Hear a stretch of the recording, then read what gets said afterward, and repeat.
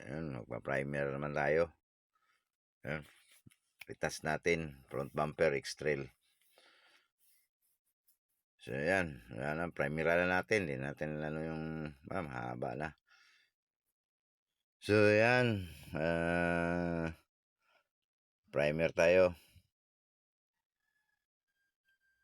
Primeran na natin yung masilya.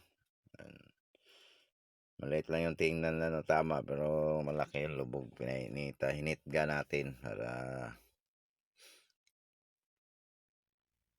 para may tulak palabas. So yan, parimira na natin mga idol. Shout out sa inyo lahat dyan, followers ko, non-followers, mga kapwa ko pintor sa lahat ng tao sa buong mundo. Ayan, shout out. So ayan, naka-primer na mga idol. Primera natin bago tayo magkulay.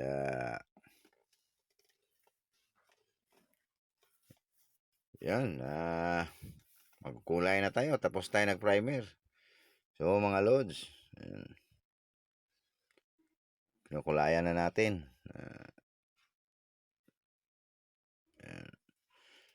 Hindi na kailangan bigla ang pagkulay natin dahil siyempre maraming pag biglain natin. Yan, hindi naman naabot sa dulo kaya yung simple rin yung dating kulay na, kaya wala tayong pangamba nito mga lods.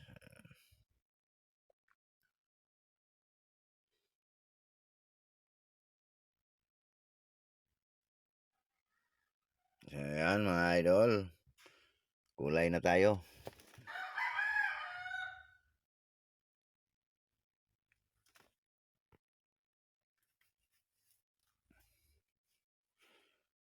Ayan, nakulayan natin yung mga primer natin. Ayan, ganda dos gilid, hindi na natin makita dahil nandito lang yung camera natin nakaano.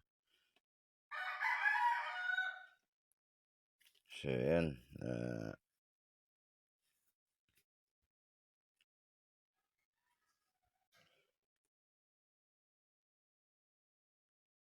ayan, nagkukulay tayo lahat ng dapat kulayan bago tayo mag clear. Kailangan lahat na kulayan.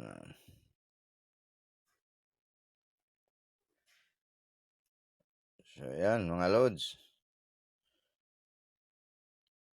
nag-clear na tayo. Ayan, unang patong sa clear mga idol. So ayan,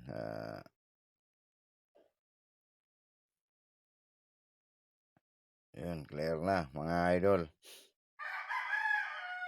So lipat na siya ayan, ilalim. Yun, clear natin yung ilalim lahat ng ng bumper.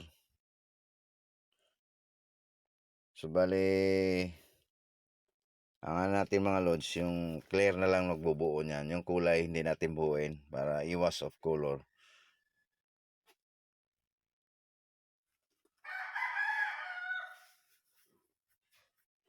Ayan, hindi makita yung pagbuga, pero pagkatapos natin buga, ipakita natin yung kabuhuan.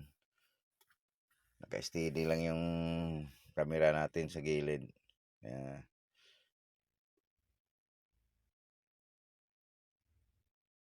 Ayun mga idol,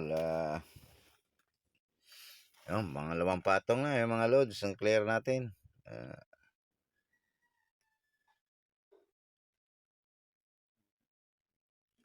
Yan,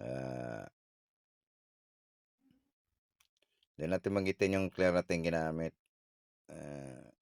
Bawal. So ayan, basta dalawang patong lang yung clear natin.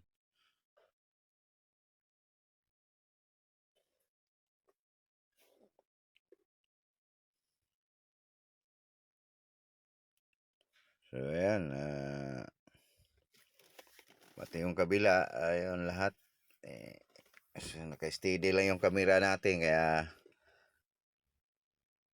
hindi nakikita yung pagtambubuga natin doon. Kung ganun pa man, mamaya pakita natin yung kabuuan. Malapit na tayo matapos mga lods.